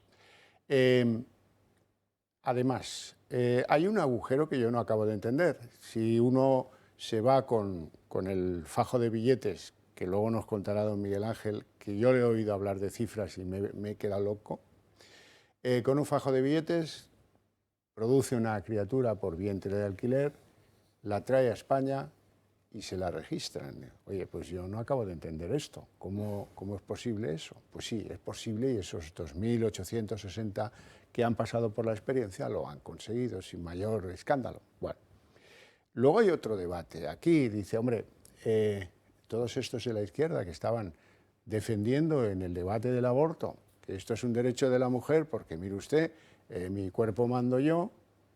Ahora, ¿cómo pueden estar las feministas que estaban detrás de todo esto años y años y años, defender que no? No. El vientre no forma parte de lo que en tu cuerpo es de tu propiedad. No lo entiendo. Y luego, además, don Miguel Ángel, que me ilustra a veces sobre muchas cosas, me contó, ahora lo va a contar él, me contó que hay una división en el espectro ideológico de la izquierda entre lo que defienden, lo que suelen defender, habrá algunos que no sea el caso, pues los homosexuales, de lo que defienden las feministas. Don Miguel Ángel, cuéntele usted que tiene mucho interés. Sí, porque es un debate real que se produjo antes de tomar la decisión sobre esto. Es un debate real y es un debate que se produjo en el seno incluso de los congresos ordinarios, tanto dentro de Podemos como dentro del Partido Socialista. La batalla que yo eché de menos y que sigo echando de menos es la batalla de las ideas, en la que se ponen encima de la mesa pues, las circunstancias por las que se apoya una cosa o se apoya la otra. Puede ser ideas por la vida, pueden ser ideas sobre la mercantilización de las personas, pueden ser ideas de la esencia de dónde venimos. En fin, estas cosas que a veces, pues en este caso, pues parecía que no existían o que eran de perogrullo. La batalla era otra. La batalla era si entraba dentro de la bandera ecofem-gen, es decir, feminismo, o si entraba dentro de la bandera LGTBIQ. Esa es la batalla que se produjo y la ganaron las feministas clásicas, porque como ahora hay clásico, feminazi, en fin, dentro de todo ese espectro del feminismo, pues las feministas clásicas ganaron esa batalla poniendo el foco en el vientre de la madre que podía ser en este caso sometida por el poder económico, ¿no? Que es la que da a luz.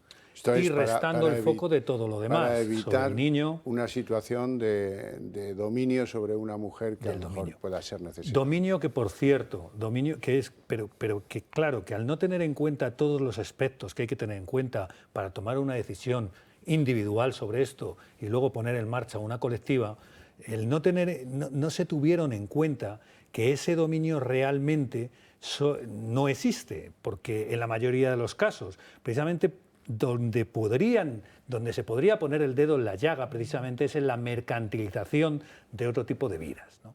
Pero precisamente si una persona percibe una gran cantidad económica, que no estamos hablando de 1.000 euros, una gran cantidad económica, precisamente estamos ese dominio... hablando de unos 150.000 euros. Claro, y para la madre unos 60.000, 70.000, depende de dónde, en Florida, o si es en California, o si, por otro lado, es...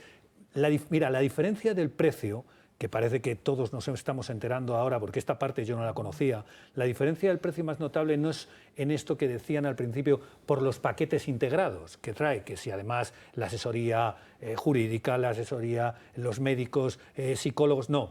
El montante principal en este caso se lo lleva si el país inscribe un juez o se inscribe la administración pública.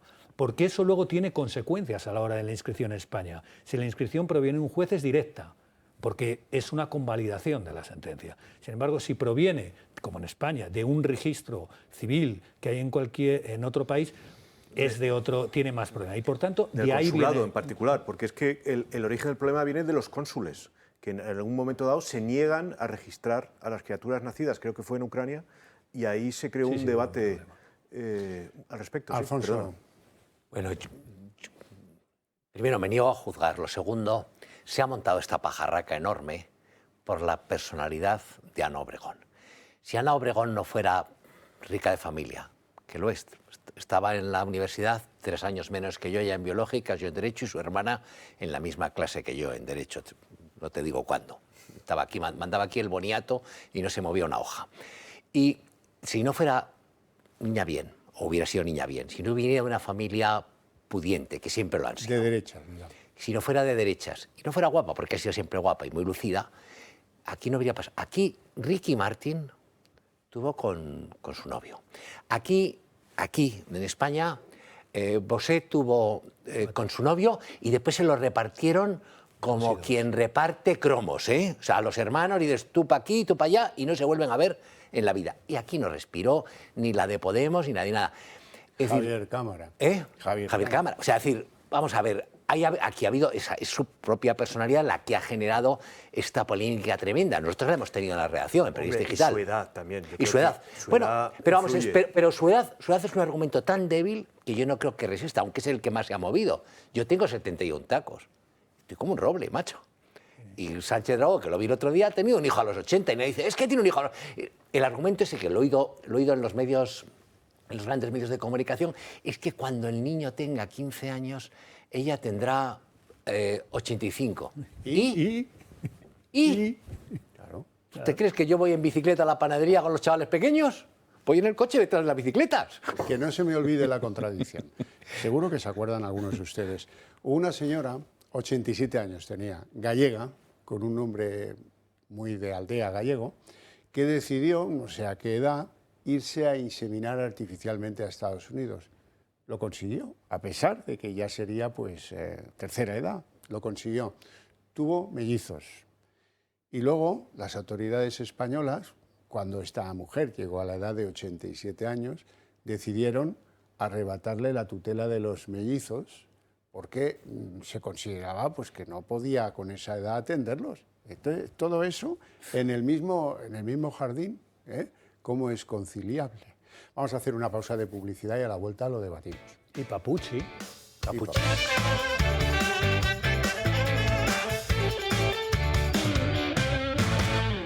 Esto de la gestación subrogada. Bueno, yo me sumo a algo que está emergiendo ya, que es que aquí no hay blancos y negros, que aquí la casuística es muy variada y que aquí imponer una dogmática de entrada me parece que es muy complicado y que hay que tener en cuenta en fin, los casos porque se pueden dar por razones muy distintas. O sea, se han hablado ya de las parejas homosexuales, pero también otros casos que han surgido son mujeres que por la razón de enfermedad o incluso genéticamente no pueden tener hijos y que la opción que consideran es esa. Por supuesto, dentro de ese debate está el altruismo o falta de altruismo, pero incluso dentro del altruismo, por supuesto que puede haber una compensación a la persona gestante, a la mujer, vamos, a la que geste a la criatura, porque, en fin, le puede suponer unos gastos añadidos o una falta de ingresos durante el tiempo en el que esté gestando o muchísimos otros casos de gastos a los que tendría que hacer frente. Es decir, que la falta de mercantilización y el altruismo no significa automáticamente, creo yo, en fin, la absoluta falta de compensación económica.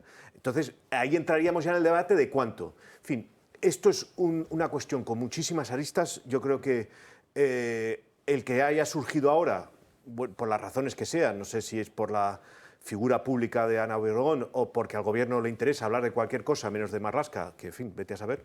El caso es que el debate está ahí y lo que me gustaría es que hubiese argumentos. Yo, por parte, por ejemplo, del PSOE o incluso de Podemos, he oído fatwas, en fin, esto tan típico de la izquierda que tenemos ahora, que es tratar de herejes a todos los que no piensen como ellos, hasta el punto que el candidato de Baleares ha tenido que dimitir, uno que iba en la lista de la candidata de Baleares, porque él había tenido hijos en situación... Ahora lo contamos. Claro, Sí. eso, y yo termino con esta idea que me parece importante. O sea, esto es un debate de fondo. Aquí no hay blancos y negros y para mí es lo más importante que quiero poner encima de la mesa. Por eso, en la España en la que vivimos, en la que todos son blancos y negros y que la izquierda intenta imponer sus dogmatismos, pues claro, choca. Y a mí me choca eso. Pie de página. El fichaje estrella de Francina Armengol para el Parlamento de Baleares es un señor que se llama Oriol Lafau, médico y jefe de las unidades psiquiátricas en ese territorio. Se incorporó como número 6 a la lista del PSOE Balear y ha decidido abandonarla porque ha visto que lo que defiende el PSOE sobre el tema de la gestación subrogada no encaja con sus postulados, siendo que él es padre de una criatura que ha venido por esa vía a su familia. Don José María Sánchez.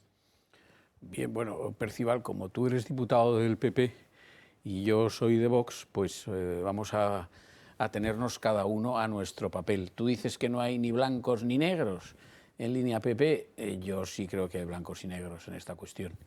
Lo que no significa que, por supuesto, no se pueda hablar de ella, pero partiendo de unos blancos y negros. Si en cuestiones como esta renunciamos a partir de ciertos principios, cualquier cosa es posible, ¿eh? Y aquí estamos hablando de la filiación y de la procreación. Luego, no es una cuestión menor en la que no existan principios. Existen principios jurídicos... Es que los principios no siempre encajan entre sí. ¿Cuál es el principio fundamental? Existen principios, ahora te los diré. Sí. Existen principios jurídicos, existen principios morales, que son superiores a los jurídicos, y quienes defienden la ley o una cierta concepción moral tienen que partir de esos principios para tomar partido por una de las posibilidades. Es decir, no se puede decir que aquí no haya blancos y negros. Aquí hay blancos y negros. Lo que pasa es que, como toda cuestión que constituye una cierta novedad, porque está introducida en nuestras vidas por la técnica, plantea cuestiones que antes no eran motivo de reflexión porque ni siquiera existían. Entonces hay que tratar de que las conductas sociales se acomoden a esos principios jurídicos y morales. Y en España la gestación subrogada está prohibida. La ley vigente, que es de 2006, la prohíbe tajantemente en el sentido de que niega efectos al negocio jurídico consistente en la gestación subrogada. Sabido esto, ¿por qué? ¿Por qué el legislador en aquella fecha decidió privar de efectos y de reputar nulo de pleno derecho un negocio de gestación? Pues claro, hay que buscar una razón, un capricho, en fin, al modo Marlaska, destituyo, nombro, hago lo que me da la gana, lo quito, lo pongo... No, vamos a ver, hay que buscar una ratio en la norma. Esa ratio, en una cuestión como esta, evidentemente es una ratio moral. Aquí no estamos hablando de si los neumáticos tienen que tener un grosor de más o menos milímetros o si la llanta tiene que ser de este metal o de esta aleación. Estamos hablando de una cuestión moral. Y quien no quiera entender pero esto... ¿lo extiendes, por ejemplo, a la inseminación artificial? Bueno, un momento, vamos a ver, un momento. Pues no, es que no puedo extenderlo porque precisamente esto es lo que... En un país con invierno demográfico, en un país donde se hace promoción del aborto abiertamente como control de natalidad. Esto es lo que ilustra lo que acabo de decir, es decir, que estamos ante realidades nuevas, procuradas por la técnica, que nos obliga a reflexionar sobre ellas. Pero ¿por qué la ley española no reconoce efectos a la gestación subrogada, a la llamada gestación subrogada? No le reconoce efectos porque la ratio consiste en que el ser humano es una res extracomercio, no está fuera del comercio. Por tanto, no puede ser objeto de contratación. Ahora, sabido esto, ¿qué es la gestación subrogada? Claro, aquí vamos a empezar a preguntarnos por diversas modalidades de esto que se llama gestación subrogada, que en los propios términos es algo figurado, porque subrogada significa que una persona que no es la gestante biológica se subroga, es decir, se sitúa en la posición de la gestante biológica. Esto es figurado, porque Ana Obregón, cuando ha ido a esta clínica norteamericana, no ha entrado por una operación extraña, mágica, en el cuerpo de la gestante, se ha situado en ella y el útero de la gestante biológica pasa a ser el útero. En fin, no hay subrogación. Esto es figurado todo. Simplemente hay una señora, la que sea, una chica americana, o vete tú a saber, o de Laos, no tengo ni idea, que es la que en estado ha dado a luz a ese niño, y luego Ana Obregón ha salido de la clínica en una silla de ruedas con el niño en sus brazos, como si hubiera sido ella quien hubiera... Sería más correcto llamarle gestación encargada. Bueno, entonces, claro, entonces dice Alfonso, bueno, ¿y la inseminación artificial? No, te pregunto, es que oye, es distinto. ¿tú te crees que no cobra pero espera, perdóname. el danés ese que tiene 562 hijos? ¿Y tú te crees que cuando eligen, algunas no eligen o algunos no eligen, lo quiero rubito con los ojos verdes, Alfonso, y que haya estudiado matemáticas? Yo no me creo nada. ¿Tú no crees que la ecografía sirve en algunos países? Alfonso. No sé en España. Yo sé países, Israel. Países donde la ecografía sirve para diseñar al niño. Bueno, y de hecho, los chinos tienen 100 millones menos de mujeres que de hombres y andan salidos como monos porque han utilizado la ecografía para seleccionar el sexo de los que vienen. ¿Estás dándome la razón otra vez? Entonces, me estás hablando de medios en técnicos. Un mundo así, me estás hablando de medios técnicos. En Ana Obregón, me estás hablando de medios técnicos que introducen novedades en nuestras vidas sobre las que tenemos que reflexionar. Pero yo no me creo nada salvo lo fundamental. Y lo fundamental es que el ser humano no puede ser objeto de comercio. Sí. No lo puede ser. Porque entonces estamos volviendo a una situación, qué sé yo, semejante a la esclavitud, porque cuando la esclavitud estaba admitida, quien adquiría un esclavo lo podía manumitir y liberar. La pregunta es, derecho, ¿y por qué no lo enfocas laboralmente? Le pide un esfuerzo especial lo que quiero decir, y le compensa por ese esfuerzo. No, pero tú me hablas ahora de la inseminación artificial. Bueno, la inseminación artificial es una cosa diferente. ¿Por qué? Bueno, vamos a ver. Tal y como yo entiendo que ha sido el caso de esta señora de Obregón en Estados Unidos, según lo que he podido leer, a lo mejor me equivoco, o a lo mejor la información no es exacta. Parece ser que lo que ha sucedido es lo que he descrito antes, que esta otra, la madre biológica, ha tenido un hijo, no sé cómo fue fecundada, lo ignoro, ¿tú lo sabes?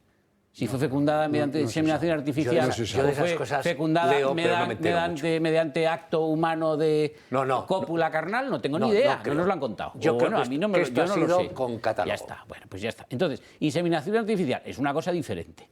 Es una cosa diferente. ¿Por qué es diferente en la inseminación artificial? Porque de lo que se trata en la inseminación artificial es que con el espermatozoide del varón se fecunde el óvulo de quien va a ser madre. Pero eso no significa que luego cuando nace ese niño se entregue a otra señora que luego sale de la clínica en silla de ruedas. Tampoco se la da estamos hablando de cosas diferentes. Al padre sueco de 2 metros y rubito y con ojos azules, bueno, que es el que manda para acá. No podemos aquí agotar la casuística, porque también podría ser, qué sé yo, que hubiera habido fecundación in vitro. No lo sé, es decir, no podemos agotar la casuística. Lo que yo quiero decir es que hay un principio claro para mí, que es legal en nuestro derecho y en muchos derechos, la mayoría, salvo en algunos estados de los Estados Unidos, que yo sepa, y en algunas otras naciones en las que hay este tipo de negocio. Tú has mencionado Ucrania. El principio es claro, es decir, el ser humano no es objeto de comercio y por tanto esta práctica no puede ser reconocida por las leyes. ¿Y por qué hay este principio jurídico? Porque hay un fondo moral que nos dice que no se puede comerciar con seres humanos. No estoy criticando a Ana Obregón, ¿eh? No sé cómo ha sido, estamos aquí reconociendo todos que en detalle tampoco sabemos cómo ha sido. No. Ni se me ocurre, ni se me ocurre. Y además no es la cuestión, no creo que los espectadores, o al menos en mi opinión, no debemos opinar sobre esta cuestión centrándonos en la figura de Ana Obregón. Por lo tanto, vamos a respetar sus deseos, lo que haya hecho, no entro en esto. Sí digo que aquí hay un principio claro. Y por lo tanto, querido Percival, sí hay blancos y negros. Y luego podemos entrar en infinidad. Es que tú mismo has dicho que hay mucha casuística. Si todo fuese blanco y negro, no habría casuística. Pero partiendo de principios inequívocos, que para mí no admiten mucha duda, como este que acabo de formular. Sí, pero, podría formular diciendo más, que Estados Unidos, los estados donde se permite la gestación subrogada, no son democráticos o son inmorales por permitirlo. Evidentemente, si consienten figuras en sus leyes como esta, que a mí me parece que son contrarias a ciertos principios jurídicos y morales, tendré que decir que esas leyes son inmorales. Eso no significa que el Estado no sea democrático, será que esas leyes no están conformes con una norma moral. Y por extensión, la prostitución tendría que estar completamente... Hay una cantidad de actividades humanas... Y la pornografía, todo eso hay que abolirlo también. Sí, pero... Bueno, tu partido es abolicionista en materia de prostitución. Vamos a ver una cosa. Y volviendo a la gestación de encargo, que parece que es un título más claro. Si la clave, es evidente que la clave no puede ser si eso es pagando o eso es altruismo. No hay altruismo. Eso a mí me parece que no puede ser un criterio, pero vamos a admitir... Bueno, es el criterio que tú has mencionado del Código Deontológico del Colegio de Médicos. Sí, pero... Si es altruista, no lo consideran contrario a la... A lo que voy. Digo lo que dice el Código. En España, alguien, una mujer que no puede tener hijos, puede llegar a un acuerdo, por ejemplo, con una hermana o con una prima, para que tengan por ella el hijo que ella no puede tener. No. Eso también es ilegal. Eso también es ilegal. O sea que a lo mejor la ley en España se nos ha quedado un poco estrecha. Ya te digo que esto será, en términos porcentuales, la minoría de las minorías, de todas las minorías. Aquí solo conocemos de famosos con pasta que se traen criaturas al mundo porque no pueden tenerlas de otra forma. Unos porque están casados con personas de su propio sexo y otros pues porque añoran a su hijo muerto en cáncer. Bien, vale. Pero, hombre, también ahora que ha sido el momento, nos ha pillado a todos así con el paso cambiado, de revisar a ver qué es lo que dicen nuestras leyes, pues te encuentras contradicciones bastante insensatas. Vamos a ver, tú estás ahora planteando un caso distinto. Pero ese caso distinto en el derecho, en lo que ha sido hasta ahora derecho, aunque claro, con un gobierno como este cualquier cosa es posible, para esas situaciones había una institución muy antigua que es la adopción. Los hijos adoptados no son solamente hijos de padres difuntos que ya no viven. No, hay muchos casos de adopción. Los padres biológicos viven y sobreviven al negocio de adopción, que era en España un negocio esencialmente judicial.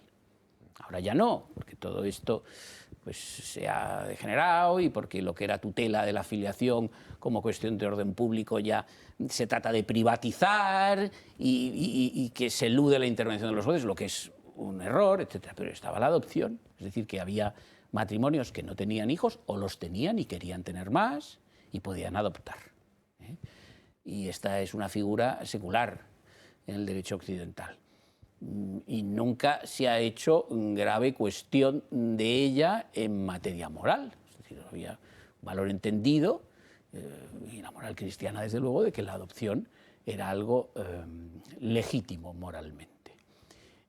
Claro, si ahora tú lo que me planteas es que dos hermanas, una de ellas casada y fértil, y la otra casada y estéril, quiere que la hermana, la fértil, sea gestante de un ser que luego va a ser hijo de la hermana estéril, a saber cómo la gestante y fértil se queda en estado, pues ya estamos con los problemas morales otra vez. ¿Y cómo lo hace? ¿Cómo lo hace? ¿Lo hace de modo natural porque tiene una unión al efecto con el marido de la estéril o lo tiene con su marido y marido y mujer se lo entrega? En fin, oye, es que, vamos a ver, podemos agotar aquí una panoplia infinita pero de casos. Llegamos al cruce de caminos. El cruce de caminos es que la madre gestante de esa criatura que ha venido al mundo por las fórmulas que fueren no puede ser automáticamente el hijo de su hermana estéril porque la ley no lo permite. No, la ley no permite que esa gestación sea realizada de tal modo que haya un contrato entre ambas madres, la biológica y la figurada, de modo que, por razón de ese contrato, la una le entregue al hijo a cambio de precio. No cabe. No estamos hablando de precio, lo hacemos de forma altruista y por razones de, digamos, de índole familiar o de relación entre esas hermanas o primas o lo que sea. No puede... En la ley española, aún sin precio, ese negocio jurídico, en sentido jurídico, es nulo de pleno derecho. Aún sin precio. Claro, pues eso es lo que me parece. Aún sin precio. Que es lo que dice, según el Colegio de Y Médicos... sin embargo es altruista. Bueno, y sin embargo, por definición es altruista. Estoy diciendo que con arreglo a la norma que ha leído Xavier, que aparece en pantalla, del Código Deontológico del Colegio de Médicos, pues cuando no media precio, ellos consideran que no es inmoral o no es contrario a la práctica médica. Mira, la niña de Ana Obregón va a ser enormemente feliz, enormemente querida y enormemente cuidada. Y en un país como el nuestro, con un invierno demográfico como el que tenemos, que es pavoroso, nosotros no vamos ya camino de Japón, estamos peor, creo que hay 2 países peores que nosotros en el mundo. Solo hay 2. En ese sentido, digo, pues, me cuesta, es decir, siendo la ley como es, no pudiendo ser el ser humano objeto de comercio, que lo es en todos los sentidos, en muchos campos. Claro, yo entiendo, decir, claro, si lo que te dedicas es a trincar gente por la calle en la ruina para comprarle los riñones, pues hombre, yo entiendo que eso tiene que estar prohibido por la ley. Donar está bien, pero es que no puede, yo no sé. Esto es muy confuso. Yo, de todas formas, os tengo que confesar que he llegado a un punto en la vida, cumplido los 71 años, en que tengo más dudas que certezas. Bueno, pero desde aquí quiero enviar un saludo a Ana Obregón. Muy bien, me parece muy bien. Yo desde aquí quiero proponeros que hablásemos, pues siquiera unos minutos, de algo muy sorprendente. Laura Borràs. Ay, qué bueno. ¿Quién? Laura Borràs. La Laura condenada. Borràs, que es presidenta del Parlamento de Cataluña, antes de estar en política, estando en política, pero no en un cargo de tanto privilegio, dirigió una cosa que se llama el Instituto de las Letras Catalanas. Allí llegó un amigo, ella llevó a un amigo, que se llama Isaías. Bueno, y a Isaías le dijo, a ver, Isaías, no te puedo hacer funcionario de esto porque no has pasado ninguna oposición. ¿Cuánto necesitas cobrar? Pues necesito cobrar 5.000 al mes. ¿Y esto cómo lo vamos a hacer? No tengo posibilidad de contratarte. Bueno, me vas a hacer unas facturitas por obras, vamos a trocear convenientemente esto en 18 pagos, y tú vas pasando la factura y yo hago que se te pague. Y llega la sentencia es morrocotuda, le ha caído un marronazo impresionante a Laura Borràs por malversar fondos públicos, por falsear documentos, por orientar al beneficiario sobre cómo se podía hacer la trampa, por hacer la trampa y por todo lo demás. Y ahora viene lo verdaderamente extraordinario, porque hasta ahí, pues tratándose de una INDEPE, yo no me asombro de nada.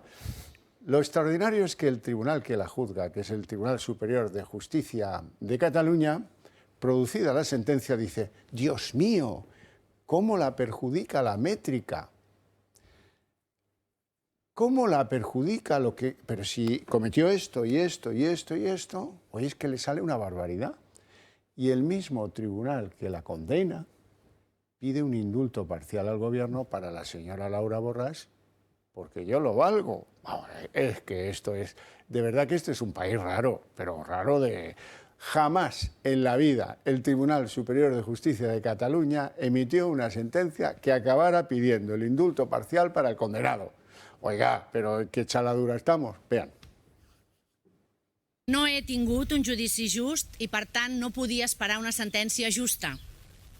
He hagut de demostrar i he pogut demostrar la meva innocència davant del tribunal. Però a l'estat espanyol ni tan sols això li ha estat suficient per impedir aquesta aberració judicial, que és també una aberració democràtica, presó i inhabilitació per delictes que no he comès. Bueno, yo no he cometido nada, el tribunal se venga de mí porque soy indepe, pero chicas, si aquí hablamos de otra cosa, estamos hablando de si te lo has llevado para favorecer a tu amigo o no. ¿Se ha demostrado que sí? Sí, vale, pero ya esto casi que es lo de menos. Esto es cualquier cosa que les pase en los próximos 100 años se la van a imputar a haber sido parte del procés.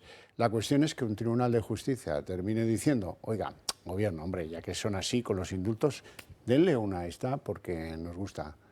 Ha sido buena declarando. Miguel Ángel. Sí, mira, yo no sé, yo no he leído la sentencia, pero da igual porque no sé si es un concurso real, si es ideal o si es el límite de la sentencia, pero tenía muchos delitos. Había muchos delitos y al final había que hacer una operación, que todos conocemos aquí, unas operaciones jurídicas que determinan el código penal de cómo hay que realizarlas. A veces esas operaciones, pues es verdad que como por una serie de hechos, al final esas operaciones pues se van de madre, ¿no? Y por decirlo de alguna manera, se van de madre y son unas sentencias que el propio tribunal entiende que son desatadas o que son exageradas. Bien, ¿eso cuántas veces sucede? Pues muchas, muchas.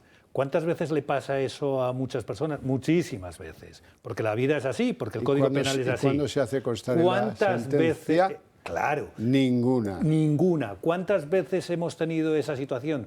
Yo tengo un chat en el que de amigos, compañeros penalistas, en el que comentamos cosas, que se ponen noticias, etcétera, como tenemos todos ahora con el WhatsApp. Bueno, pues nadie, absolutamente nadie se le había dado este caso. Todo el mundo ha tenido que pasar y soportar una condena de un cliente, de una persona, en este caso por malversación de fondos públicos y por falsedad documental, que le ha caído una condena quizá un poco más de lo que él esperaba. ¿Por qué ha hecho esto el tribunal? Hombre, pues porque no vamos a meter a un indepe en la cárcel. Por ser vos quien sois. Hombre, claro, y eso no es justicia, y menos en derecho penal, siempre lo he dicho. Hemos llegado a donde yo quería ir, y me parece fatal. Es que todo apunta, la condena es por 4 años y medio, sí. Y todo apunta a que se pide el indulto parcial para rebajarlo a 2 años y que no tenga que entrar a la cárcel, ¿no? Vamos, yo creo que es la operación evidente. Vamos, es sorprendente también. Yo me cuesta criticar las decisiones judiciales, en fin, en mi condición pues no debo hacerlo, pero lo que sí que puedo decir es que es sorprendente y encima tener que escuchar el victimismo de esta persona, pues me repatea, la verdad. En fin, echarle la culpa a esto al Estado español, el haber beneficiado a un amigo tuyo con troceamiento de facturas de dinero público, oye, pues en fin, ya verás tú qué tiene que ver el Estado español con eso. A mí me cuesta más que criticar las sentencias judiciales, me cuesta entenderlas al paso que vamos. Un apunte solo. Es que, para centrar un poco más el tiro, no se trata solamente de trocear, que bueno, pues eso, pues que parece que siempre ponemos esa noticia, ¿no? Es que ha troceado contratos públicos. No. Ha habido algo más, porque si no eso sería un problema administrativo. Que ha malversado el dinero público. Es que no se lo ha llevado. Hombre, alguien se lo ha llevado. Alguien se lo ha llevado. Si no, oiga, legislador, cambie usted el Código Penal. Isaías se lo ha llevado. Es que además Isaías ha colaborado con la justicia y ha hecho que la condenen porque su declaración es de una contundencia brutal. Yo no hubiera sabido hacerlo, pero ella me llevó de la mano para adentrarme en ese proceloso mundo de la administración donde todo el mundo se puede hacer con lo que no es suyo. Don José María Sánchez. Nosotros acatamos, como es natural, la sentencia y debe ser respetada, aunque puede haber razones para una cierta perplejidad. No es lo común, hago esta observación, no es lo común, por no decir que es insólito, que en una sentencia se proponga indultar al condenado por la misma.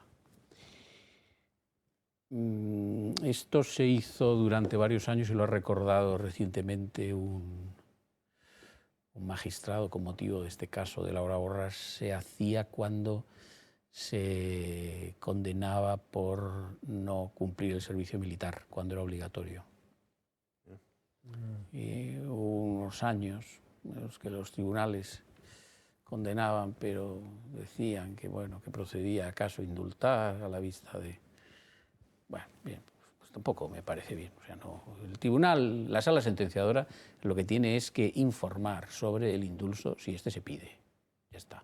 Que el tribunal se anticipe, pues no creo que sea su función. Yo, con arreglo a las leyes... de parte, ¿no? Por eso, con arreglo a las leyes, claro, me parece que es un pronunciamiento que no está en el fallo, pero no deja de ser algo contenido en la sentencia que la ley no requiere.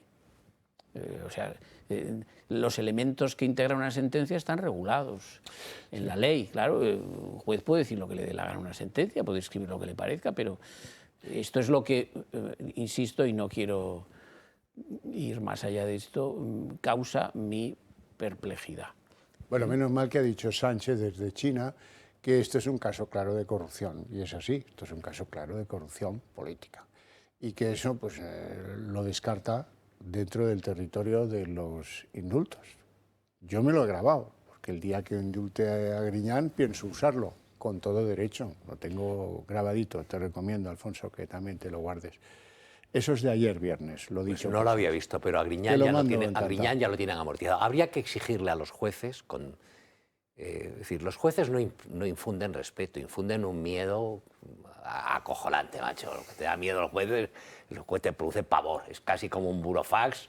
Pero cuando llega ya el burofax ya se te pone que no te cabe un cacahuete a martillazos. Y desde ahí todo es una subida al Gólgota dolorosísima.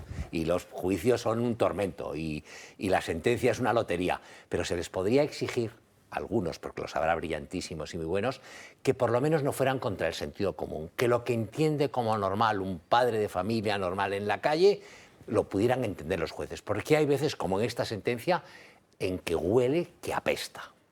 Huele que apesta. A lo mejor 4 años y medio por tangar. Oye, a la mujer de Bárcenas le metieron 11 años y está penando en Alcalá. Y la mujer de Bárcenas no era la que metía la mano en la caja, las cosas como son.